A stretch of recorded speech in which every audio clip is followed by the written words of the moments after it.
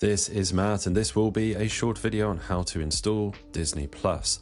So there are a few different ways of getting Disney Plus. All depends on what you're actually using, whether you're using your TV, maybe your tablet, maybe your phone, maybe on desktop. So I'll show you three of the options here. You can get it on the Mac App Store, which I have open right here, and this is the URL for that, for finding it on the Mac App Store. You can see it open right here.